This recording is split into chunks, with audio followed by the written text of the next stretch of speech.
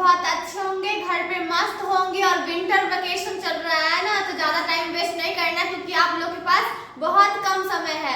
तो एकदम कॉपी किताब लेके पूरा टाइम पढ़ते रहिए और देखिए क्या हम क्वेश्चन पढ़ा रहे हैं, आप लोग के एग्जाम में आ सकता है, आप लोगों को कोई प्रॉब्लम ना हो, इसलिए हम छोटा सा वीडियो लेके आए हैं। तो चलिए एक बार देख लीजिए वीडियो कैसा है। क्वेश्चन नंबर 50 हम लोग का है, परजीवी पौधा का एक उदाहरण है, यानी कि एक परजीवी पौधा है, उसका इस चार्ट को ऑप्शन दिया हुआ है ना, उसमें से एक उदाहरण क्या है, कौन सा उदाहरण है जो परजीवी पौधा होगा। यहाँ पे देखिए लिखा हुआ है गोबर छत्ता, नहीं ये तो मृतजीवी है ना, बायोफिलियम। उसके बाद है अम्रबेल, हम लोग का ऑप्शन नंबर सी हो जाएगा अम्रबेल। अम्रबेल है एक परजीवी पौधा जो क्या आता है ना, दूसरे पौधे पे चढ़ जाता है, उत्पन्न हो जाता है और क्या करेगा ना, उससे जो भी पोषण होता है उसको अपने अंदर खींच लेता है। चलिए अगला नंबर क्वेश्चन की हम लोग बढ़ते हैं। क्वेश्चन 51 है, ग्रासनी भाग है। ग्रासनी किसका भाग है, ग्रासनी किसका भाग है, ये छोटी आंत का है, किसका है, छोटी आंत। अगला क्वेश्चन की ओर बढ़ते हैं, मुख गुहा आहार नल का कौन सा भाग का पाचन करता है, यानी कि मुख गुहा जो है ना वो आहार नल का कौन सा भाग का पाचन करता है, वो ध्यान दीजिए। किसका पाचन करता है, कार्बोहाइड्रेट। पाचन किसका करेगा, कार्बोहाइड्रेट का। तो चलिए अगला क्वेश्चन की ओर हम लोग बढ़ते हैं। क्वेश्चन नंबर 53 हम लोग का है, प्रकाश संश्लेषण होता है, यानी कि प्रकाश संश्लेषण फोटोसिंथेसिस कब होता है। तो ऑप्शन है दिन में, रात में, दिन और रात दोनों में, इनमें से कोई नहीं। हम लोग सबको पता है प्रकाश संश्लेषण के लिए पानी चाहिए, क्लोरोफिल चाहिए, उसके बाद कार्बन डाइऑक्साइड चाहिए और सबसे मेन चीज क्या चाहिए, सूर्य का प्रकाश। सूर्य का प्रकाश कब होगा, दिन में होगा ना, तो ये प्रकाश संश्लेषण कब होगा, दिन में होगा, रात में नहीं होगा। ठीक है, अगला क्वेश्चन की ओर हम लोग बढ़ते हैं। क्रमाकुचन गति पाई जाती है, क्रमाकुचन गति कहाँ पाई जाती है, बताइए। क्रमाकुचन गति कहाँ पाई जाती है, ग्रासनी में। क्रमाकुचन गति कहाँ पाई जाती है, ग्रासनी में पाई जाती है। अगला नंबर क्वेश्चन की ओर बढ़ते हैं। प्रकाश संश्लेषण में ऑक्सीजन का मूल स्रोत है, यानी कि प्रकाश संश्लेषण जब होता है ना तब ऑक्सीजन का मूल स्रोत, यानी कि ऑक्सीजन कहाँ से आता है, यहाँ होगा जल। चलिए अभी तक हम लोग जो पढ़ लिए हैं उसको आप लोग नोट डाउन कर रहे हैं ना, तो नोट डाउन कर लेना है और उसको अच्छे से घर पे बैठ के पढ़ लेना है, याद कर लेना है, जो आप लोग को एग्जाम में कोई प्रॉब्लम ना हो। चलिए आगे क्वेश्चन की ओर बढ़ते हैं। यहाँ पे है प्रकाश संश्लेषण में ऑक्सीजन का मूल स्रोत क्या है, यानी कि जब प्रकाश संश्लेषण यानी कि फोटोसिंथेसिस होता है ना तो ऑक्सीजन कहाँ से ज्यादा प्राप्त होता है, तो क्या है लिखा हुआ, जल से। कहाँ से निकलता है, जल से निकलता है ऑक्सीजन। चलिए अगला क्वेश्चन की ओर हम लोग बढ़ते हैं। शाकाहारी जीवों में छोटी आंत की लंबाई होती है, यानी जो भी शाकाहारी जीव होते हैं उनके शरीर में जो छोटी आंत होता है उसका लंबाई कितना होता है, उसका लंबाई होता है अधिक लंबा, यानी कि ज्यादा लंबा होता है। किसमें, जो शाकाहारी जीव जंतु होंगे उसमें आंत क्या होता है ना, ज्यादा लंबा होता है। अगला क्वेश्चन की ओर हम लोग बढ़ते हैं। छोटी आंत में पूर्ण रूप से पचा भोजन कहलाता है, यानी कि छोटी आंत में जो भी भोजन पच जाता है ना उसको हम लोग क्या बोलते हैं, उसको क्या बोलते हैं, चाइल बोलते हैं। क्या बोलते हैं, चाइल बोलते हैं। और आप लोग कॉपी लेके बैठे हैं ना, कॉपी लेके बैठिए और जो हम पढ़ा रहे हैं उसको लिखते चलिए। चलिए अगला क्वेश्चन की ओर हम लोग बढ़ते हैं। पौधों में श्वसन क्रिया के अंतर्गत एटीपी के टूटने से कितनी ऊर्जा मुक्त होती है, यानी कि क्या ना, जो पौधा में प्रकाश संश्लेषण होता है वहां पे क्या होता है ना, जो एटीपी टूटता है ना उसका क्रिया जो होता है एटीपी कितना होता है, यहाँ पे लिखा हुआ है 30.5 जूल। ये हम लोग का सही आंसर है। अगला नंबर क्वेश्चन की ओर हम लोग बढ़ते हैं और इस क्वेश्चन को क्या कीजिए, आप लोग स्क्रीनशॉट ले लीजिए। अगला क्वेश्चन यहाँ है, पाइरूवेट के विखंडन से यह कार्बन डाइऑक्साइड जल तथा ऊर्जा देता है और यह क्रिया होती है, ये क्रिया कहाँ होती है, तो आंसर हम लोग का हो जाएगा माइटोकॉन्ड्रिया में। क्रिया कहाँ होती है, तो माइटोकॉन्ड्रिया में होती है। अगला क्वेश्चन की ओर हम लोग बढ़ते हैं। इथाइल अल्कोहल किस प्रकार के शोषण में बनता है, यानी कि ये जो इथाइल अल्कोहल है ना ये कुछ प्रकार के शोषण से बनता है, तो आंसर हम लोग का हो जाएगा अवायवीय, यानी कि ये जो अवायवीय शोषण है ना उसी में क्या बनता है, इथाइल बनता है। अगला क्वेश्चन की ओर हम लोग बढ़े। क्या निम्नलिखित में से किसी कोशिका की ऊर्जा मुद्रा के रूप में जाना जाता है, अभी तो पढ़े हम लोग एटीपी। क्या होगा, एटीपी, एडिनोसिन ट्राइफॉस्फेट। अगला क्वेश्चन है, मछली का श्वसनांग है, यानी कि जो हम लोग जैसे सांस लेते हैं तो हम लोग किस माध्यम में सांस लेते हैं, तो हम लोग लंग्स से लेते हैं। ठीक है, उसी तरह मछली सब जो है ना वो सांस लेता है तो वो कैसे लेता होगा, वो इंग्लिश में लिखा हुआ है गिल्स, लेकिन होगा हिंदी में गलफारा। अगला नंबर क्वेश्चन है, आयोडीन की कमी से कौन सा रोग होता है, यानी कि कौन सा रोग ऐसा है जो आयोडीन की कमी से होता है, बताइए क्या है? घेघा। घेघा जो होता है ना वो आयोडीन की कमी से होने वाला रोग है। चलिए अगले क्वेश्चन की ओर हम लोग झट से बढ़ते हैं, और आप लोग जो भी क्वेश्चन का स्क्रीनशॉट लेना चाहते हैं स्क्रीनशॉट ले सकते हैं।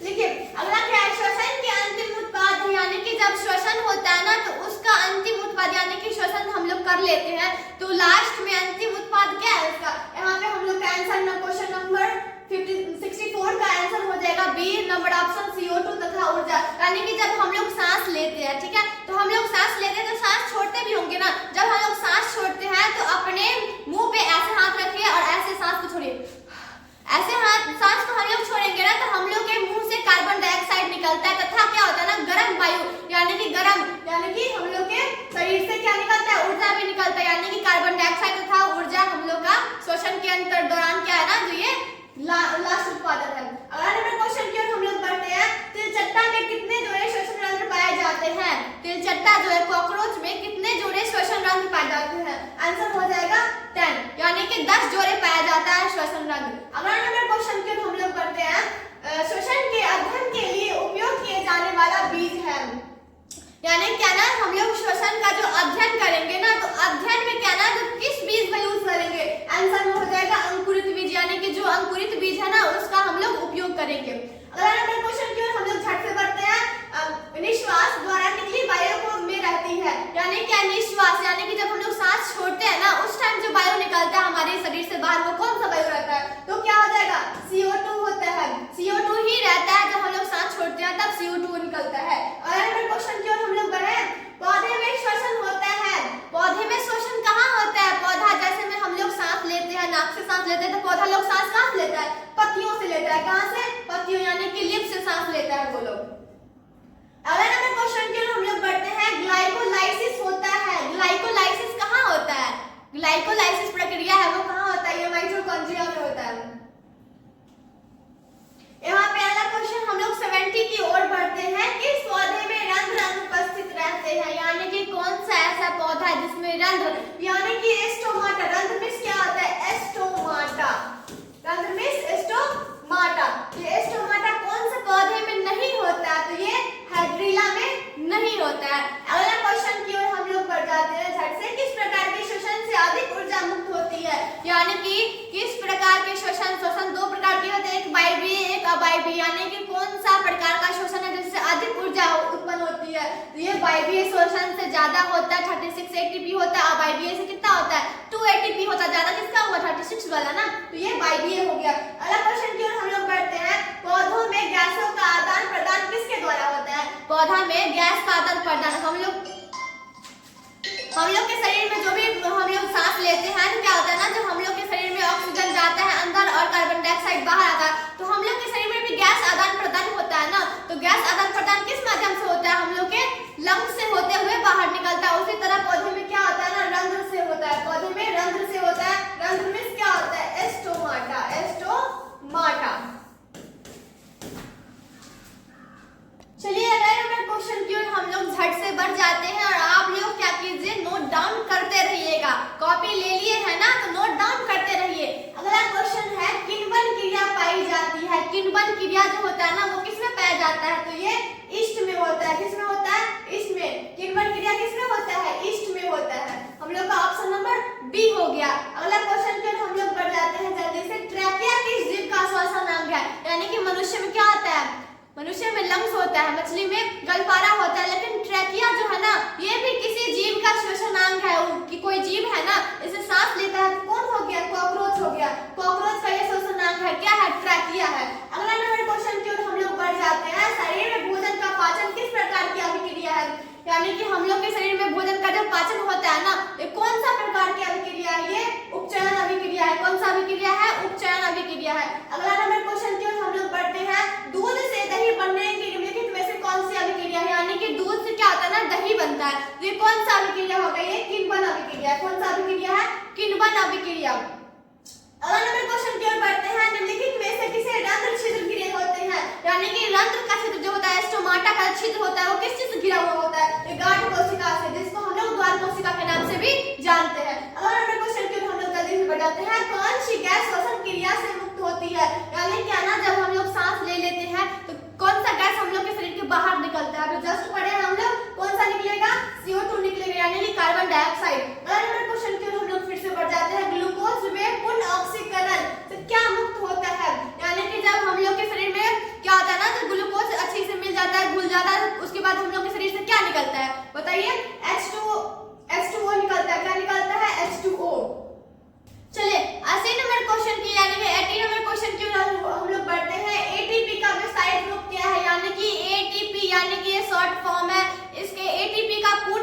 यानी कि विस्तारित रूप हम लोग को पढ़ना, तो क्या पढ़ेंगे अभी बताए है ना।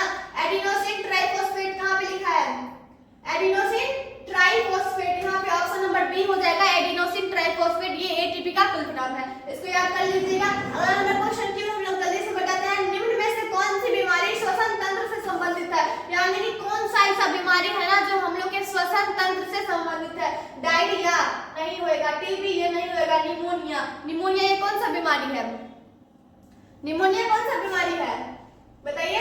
डायरिया तो होगा नहीं, ये तो मच्छर के काटने से, पानी में रहने से होता है। टीबी भी नहीं, टीबी हो सकता है। टीबी क्या है ना, जैसे में कोई भी आदमी है वो बर्तन के फैक्ट्री में काम करते हैं तो वहां से जो वायु निकलता है ना उससे टीबी हो जाता है। चलिए टीबी हम लोग का आंसर हो जाएगा। अगला नंबर क्वेश्चन की ओर हम लोग बढ़ जाते हैं। मनुष्य में नासिका छिद्र ट्रैकिया, ट्रैकिया लेकिन फिर से उसका फेफड़ा मिलकर क्या बनता है, यानी कि मनुष्य की जो नासिका हो गया उसका ट्रैकिया हो गया, ये कॉकरोच का है, इससे क्या बनता है बताइए। ये सब उत्सर्जन तंत्र, ये सब हम लोग का है श्वसन तंत्र है, ये क्या है श्वसन तंत्र हो गया। अगला नंबर क्वेश्चन की ओर हम लोग बढ़ते हैं। कोशिका ईंधन निम्नलिखित में से कौन है बताइए, कोशिका ईंधन कौन है, हम लोग के यहाँ पे जो ऑप्शन लिखा हुआ है चार्ट में, इसमें से कोशिका ईंधन कौन सा है, ग्लूकोज हम लोग के शरीर का क्या है कोशिका ईंधन है। अगला नंबर क्वेश्चन की ओर हम लोग बढ़ जाते हैं। एटीपी का फॉस्फेट की संख्या कितनी है, अभी तो पढ़े ना एडिनोसिन ट्राइफॉस्फेट यानी ट्राइमेस 3, यानी कि कितना है 3 होगा। अगला नंबर क्वेश्चन निम्नलिखित में से सबसे तेज हृदय धड़कन किसका होता है, हृदय धड़कन होता है चूहा का, कितना 300 से लेकर के 600 प्रति मिनट सेकेंड होता है, समझ आया किसका हो गया चूहा का हो गया। अगला नंबर क्वेश्चन की ओर हम लोग जल्दी से बढ़ते हैं। रक्त में ऑक्सीजन का वाहक है, यानी कि रक्त में जो ऑक्सीजन का वाहक यानी कि रक्त जो हम लोग के शरीर में है, ब्लड जो है उसको ऑक्सीजन के साथ कम मिलाने का काम करता है, तो ये हीमोग्लोबिन हो गया। अगला नंबर क्वेश्चन की ओर हम लोग बढ़ जाते हैं। बाहरी, चलिए अगला क्वेश्चन की ओर हम लोग बढ़ते हैं। क्वेश्चन नंबर 87 की ओर हम लोग बढ़ जाते हैं। क्या है, और देखिए क्वेश्चन क्या है, बाहरी वातावरण से कोशिका में ऑक्सीजन का स्थानांतरण और कार्बन डाइऑक्साइड को हटाना क्या कहलाता है, यानी कि कार्बन डाइऑक्साइड जो हटता है ना वो क्या कहलाता है, ये श्वासोच्छ्वास कहलाता है। क्या कहलाता है, श्वासोच्छ्वास। चलिए इस क्वेश्चन को जल्दी से नोट डाउन कर लीजिए, चलिए स्क्रीनशॉट ले लिए ना। अगला क्वेश्चन की ओर बढ़ते हैं हम लोग। मानव हृदय का औसत प्रकुंचन दाब लगभग है, यानी कि जो मानव हृदय यानी कि ह्यूमन हार्ट जो है उसका प्रकुंचन दाब कितना है बताइए, 120 mm हर्ट्ज, कितना है 120 mm हर्ट्ज है। अगला क्वेश्चन की ओर हम लोग झट से बढ़ जाते हैं। क्वेश्चन नंबर 89 हम लोग का है। पौधों में वाष्पोत्सर्जन किस भाग से होता है, यानी कि पौधा जो है ना उसका जो वाष्पोत्सर्जन यानी कि पौधे में से वाष्प किस भाग से निकलता है, क्या हो जाएगा आंसर, पत्ता। किस भाग से निकलता है, तो पत्ता से निकलता है। चलिए इस क्वेश्चन को क्या कीजिए जल्दी से नोट डाउन कर लीजिए या फिर स्क्रीनशॉट ले लीजिए जो आप लोग को बाद में प्रॉब्लम ना हो। क्वेश्चन नंबर 90 हम लोग का है। खुला परिसंचरण तंत्र किसमें पाया जाता है, खुला परिसंचरण तंत्र किसमें पाया जाता है, तो चिलचट्टा जो हो गया ना कॉकरोच, इसी को हम लोग बोलते हैं कॉकरोच चिलचट्टा, इसमें खुला परिसंचरण तंत्र पाया जाता है। 91 क्वेश्चन है। पादप में जाइलम उत्तरदायी है, यानी कि पादप में जाइलम किस चीज का उत्तरदायी है, भोजन के संवहन, यानी कि पादप में जो जाइलम है ना उसका क्या काम है, तो भोजन का संवहन काम है। आगे क्वेश्चन की ओर हम लोग बढ़ते हैं। एक कोशिकीय शैवाल में जल का परिवहन गैस द्वारा होता है, यानी कि एक कोशिकीय जो शैवाल है ना उसमें जल का परिवहन किसके द्वारा होगा बताइए, विसरण के द्वारा। किसके द्वारा, तो हो जाएगा विसरण के द्वारा। इस क्वेश्चन को आप लोग नोट डाउन कर लिए ना। चलिए आगे बढ़ते हैं हम लोग। रक्त का कौन सा अवयव घायल स्थान से रक्तस्राव के मार्ग को रक्त का थक्का बनाकर अवरुद्ध करता है, तो हमारे शरीर में कौन सा ऐसा चीज है जब हम लोग के अंगुली पे या फिर कहीं पे कट लगता है तो हम लोग के हाथ से पैर से क्या होता है ना ब्लड निकलते रहता है, तो उस ब्लड को थक्का बना के कौन निकालता है, क्या हो जाएगा प्लेटलेट। प्लेटलेट का काम क्या है ना, जो खून को थक्का बना के निकालना। अगला क्वेश्चन की ओर हम लोग बढ़ते हैं। सामान्य अनुशीतलन रक्तदाब कितना होता है, सामान्य अनुशीतलन रक्तदाब कितना होता है 80 mm, कितना होता है 80 mm। अगला क्वेश्चन की ओर हम लोग फिर से बढ़ जाते हैं।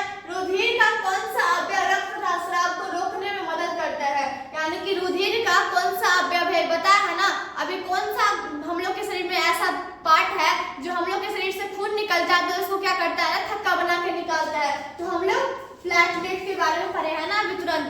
प्लेटलेट का काम है खून को थक्का बना के निकालना। चलिए अगला फिर और बढ़ते हैं हम लोग। स्टोमाटा का खुलने और बंद होने की क्रिया कौन नियंत्रित करता है? यानी कि जब स्टोमाटा खुलता है और बंद होता है तो इस क्रिया को नियंत्रित कौन करता है? तो हो जाएगा द्वार कोशिका। इसी को हम लोग गार्ड कोशिका भी बोलते हैं। क्वेश्चन नंबर 97 है फ्लोएम ऊतकों द्वारा कार्बोहाइड्रेट का परिवहन होता है। फ्लोएम ऊतक द्वारा कार्बोहाइड्रेट का कौन सा परिवहन होता है? कैसा परिवहन होता है? क्या हो जाएगा आंसर हम लोग का? सुक्रोज के रूप में। आंसर क्या हो जाएगा? सुक्रोज के रूप में। रक्त क्या है? क्वेश्चन नंबर हम लोग का 98 है। रक्त क्या है? रक्त एक ऊतक है। रक्त क्या है? एक ऊतक है। चालनी नालिकाएं पाई जाती है। चालनी जो नालिका है ना वो किसमें पाया जाता है? ये फ्लोएम में पाया जाता है। किसमें? फ्लोएम में पाया जाता है। क्वेश्चन हम लोग का ऑप्शन नंबर सी 99 का ऑप्शन नंबर सी। चलिए अगला है आरबीसी का जीवन अवधि कितना होता है? आरबीसी मतलब होता है रेड ब्लड सेल्स, यानी कि लाल रक्त कोशिका। इसका जीवन काल कितना दिन होता है? इसका जीवन काल होता है 120 दिन। हम लोग का ऑप्शन नंबर ए हो जाएगा। चलिए मिलते हैं हम लोग अगले वीडियो में, तब तक के लिए धन्यवाद।